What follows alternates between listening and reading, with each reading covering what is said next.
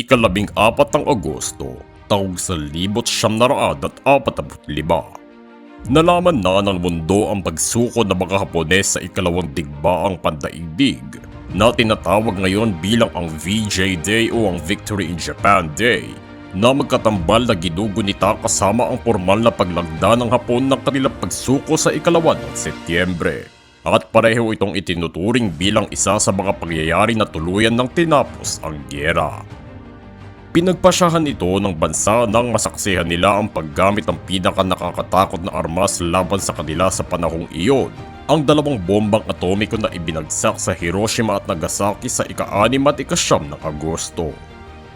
Unang inanunsyo ang pagsuko sa radyo ng mga Hapones na nanggaling mismo sa kanilang emperador, at nagkaroon ito ng sigalot sa mga sundalong ayaw pa din sumuko at ang mga masunuri sa emperador.